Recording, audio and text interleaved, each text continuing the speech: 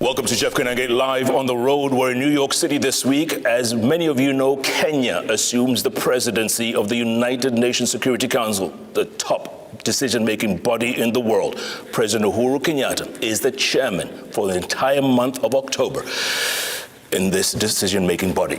That's a huge deal. If you were sitting in that room when you saw the 15-member body, it's no small deal. So we're going to be talking global politics. We're going to be talking African politics and Kenya's role in the presidency. The President has granted us an exclusive interview here in New York. Mr. President, good to see you. Welcome to Jeff Koinange Live. Thank you, Jeff. Nice to be with you. I saw you today at the United Nations Security Council, so when you chaired your first meeting, what was it like? What does Kenya hope to get from that?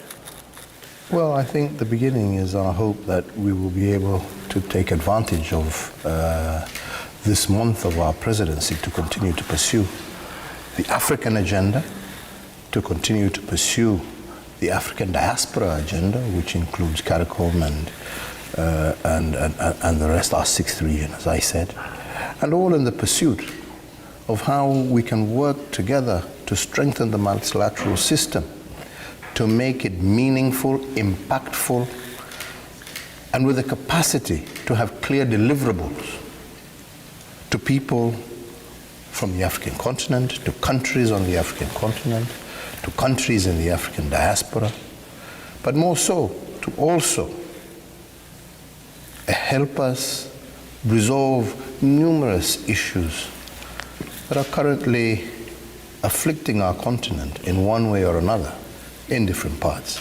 Issues ranging from climate change, issues ranging to conflict between nations, issues to do with our COVID recovery, but even before we get to that, access to vaccines. These are all critical issues that Kenya wishes to engage on, not only on her own behalf, but like I said, on behalf of all countries in the African continent. Mr. President, you always often refer to Kenya as a safe pair of hands. What do you mean by that? I mean that Kenya is always a country through her history that has always recognized the need for peaceful resolution to conflict, always recognized the need to be at peace with her neighbors, always recognized and has been a safe haven for many millions across our region who have fled persecution in their own countries. And when we say we are a safe pair of hands, as we strongly believe that we can play a pivotal role in terms of peace and security in our region.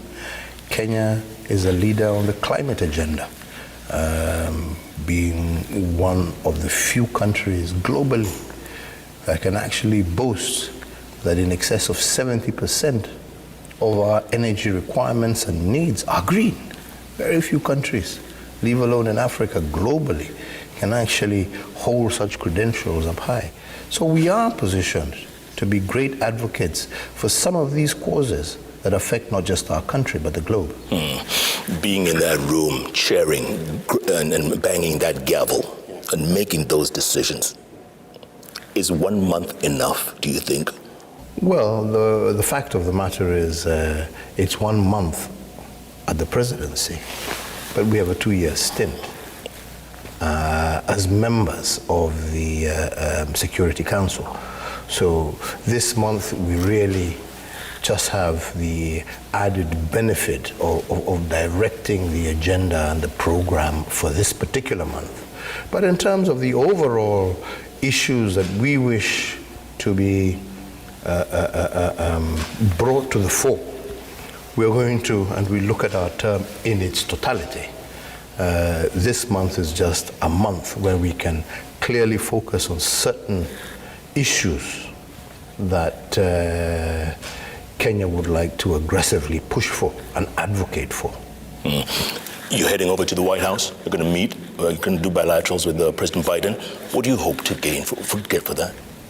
Well, first and foremost, just a further reestablishment of the strong ties between our two countries, a situation that I have pursued during my presidency, first with President Obama, then with President Trump, now with President Biden. and a desire and a need to strengthen our economic cooperation, our security cooperation, the fact that we are faced in some instances with common threats that we need to work together towards, and also to see how we can strengthen our trade and our investment linkages for the mutual benefit of our two nations. So these are just some of the issues that I would hope to continue to pursue with President Biden, as we have done with previous administrations in the past. Yeah.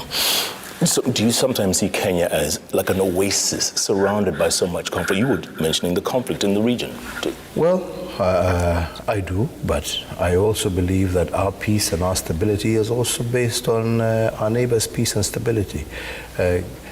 Kenya cannot be without her neighbors, and that is why we are consistently always looking and striving to have good relations with all our neighbors, which indeed we do.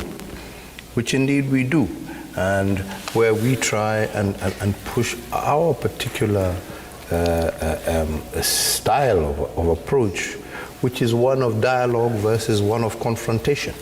And we have seen this working. We have been participants and worked together with other nations of our region in pursuit of peace and stability across. So I would not want to say that we are on our own an island of peace and stability, because our desire and our clear recognition is we can only be such if our region is also a region of peace, stability, and tranquility. Yeah.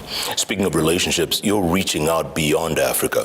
You've just come back from the Caribbean and Barbados in the trip and handing over the leadership of UNCTAD. What was that like? What was the experience like? And what do you hope to gain from that? We are able to achieve more when we work together. As I said in one of my sessions today, people of African descent are possibly in excess of 2 billion people across the globe, but very loosely connected. Were we to be able to bring and to bridge that gap, and to be able to talk to one another much more regularly in a much more coherent manner, we would be able to drive our individual agendas that much better if our voice was a collective, sound, coherent, unified position. And some of the things that we have been working on is to say that, look, we need to be able to go to the global stage, not as individual countries, but as one strong, powerful voice for peoples of African descent. And this is something that I believe is also gaining currency, not only in Kenya, but also throughout Africa and throughout the African diaspora. Prior to my visit to Barbados this time, I chaired the first AU CARICOM summit. And what were we discussing there? All the issues that I previously mentioned to you, be it global climate change, be it issues of debt relief, where countries have been fighting this thing individually. But when we come together, our voice becomes, as I said, stronger. We have a much more powerful voice across the multilateral system. When you consider Africa, the number of countries on the African continent, the number of countries that make up the CARICOM region, this is a strong, powerful voice. If it was stitched together into one strong match. You know, as the Kikuyus have that saying, if you really stitch the base of a kiondo and make it strong, it can carry rocks, right? And this is what we are trying to build, make ours strong, that it can be able to push our agenda, our voice, to much greater heights. Yeah. And these are some of the things that we hope to do. For the first time, you know, we managed, when we were faced with this COVID situation, to bring, for example, the Caribbean, which are small countries with small populations. But when we added them on to our platform of purchasing vaccines, riding on the strength of the African numbers, they were able to access some of those vaccines at much lower prices. The problem, of course, was that despite all this preparedness, we still were not able to get access to the vaccines. And now that is a battle, and that is a recognition that, you see, we were able to bring ourselves together to negotiate good prices, but we were still faced with other challenges that included access to vaccines. Now, what does this tell us? The same way we got together in order for us to take advantage of bulk buying, we now also need together and say that if we're out there and we're saying we want to manufacture for 2 billion people, we should start now also manufacturing vaccines for our own people. So again, we're not dependent on others to supply us. But if Kenya alone were to go and say, I'm manufacturing vaccines for 40 million, Barbados was going to say, I'm manufacturing vaccines for 400,000,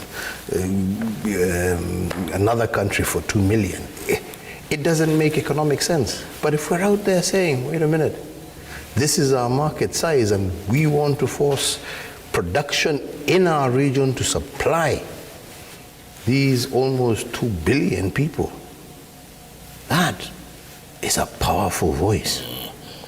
That is an interesting voice, even for people who are looking to invest when you're talking about a market that size. Is that why you often hear the phrase vaccine apartheid? Well, it has been vaccine apartheid. How can you call it anything other when you have countries, developed countries, owners of the vaccine, owners of the factories, hoarding, injecting their people not only with just the 2 injections, but also moving to inject a third booster injection. And yet most of our countries are well below 5% who have received even 1 single dose. So you can call it what you want, but basically that is denying billions of people access. And I think when you go by exclusion, you can call it exclusion, you can call it apartheid, but it all means ultimately the same thing, denying access. Mr. President, your vision, I mean, you're coming up to the end of your presidency in about a year's time. Your vision, not just for Kenya, but the continent, what do you see? What do you I just continue to see this huge potential that we have as a continent if only we pulled and worked together. If only, and I repeat because I will never tire of doing so, recognize the strength that we have in our numbers, if only our voice was one. Recognizing the opportunities that we have. If, for example, we were manufacturing for the population the size of which I've given you. And recognizing that our differences are actually fewer than the similarities and opportunities that we have were we together. The potential for our continent, for our respective countries is tremendous. If only we could just harness that power of unity. So I know you're a busy man, you have many meetings here in New York, and we appreciate your time. When we get back to Kenya, we can talk. I'll give you another one. We'll talk local politics, we'll Absolutely. talk regional politics. Absolutely. The works. Yeah. Thanks so much for your time. Really appreciate it, Jeff, and thank you for being with us. Good to see you in New York, sir. Thank you, sir. And thanks so much for joining us. President Uhuru Kenyatta, he's assumed the temporary chairmanship of the United Nations Security Council here in New York. So Kenya is on the front burner, the entire month of October, and of course, still on the Security Council for the next 2 years. Thanks so much for joining us. This has been a special edition, exclusive, Jeff Koinange Live here in New York City. Thanks again, Mr. President. Appreciate it. All right, all the best.